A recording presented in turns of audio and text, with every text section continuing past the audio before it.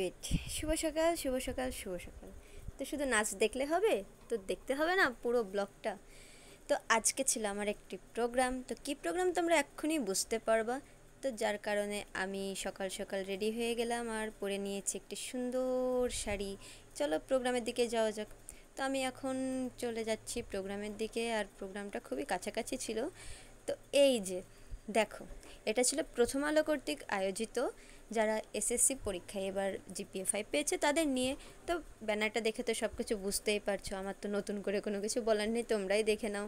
আর এটা হয়েছিল একটি কমিউনিটি সেন্টারে। তো আমি যখন ভেতরে গেলাম, যাওয়ার পর দেখলাম যে এখানে অনেক গেস্ট, অনেক স্টুডেন্ট সবাই চলে এসেছে আর সুন্দর করে সাজানো হয়েছে। তো বসে থাকতে থাকতে আমার হাতে ধরিয়ে দেওয়া হলো একটি নিউজ পেপার, যেটা আমি পড়িনি, শুধুই রেখে দিয়েছিলাম।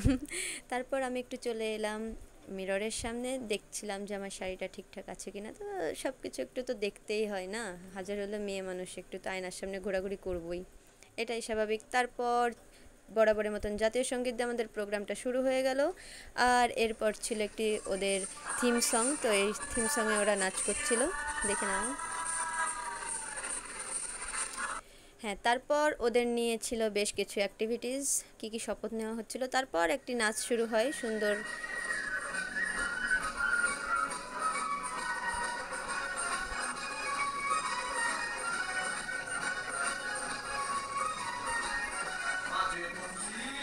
বাচ্চাগুলো অনেক সুন্দর নাচ করছিল, আসলে অনেক সুন্দর নাচ হচ্ছিল।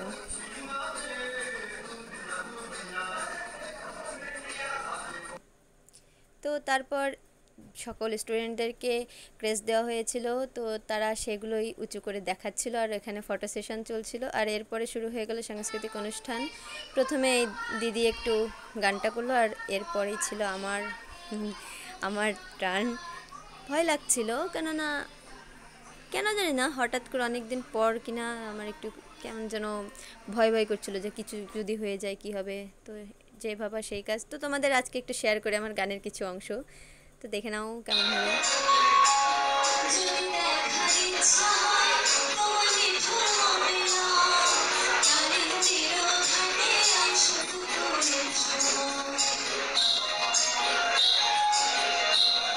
হ্যাঁ, সব কিছু শেষ, প্রোগ্রাম শেষ।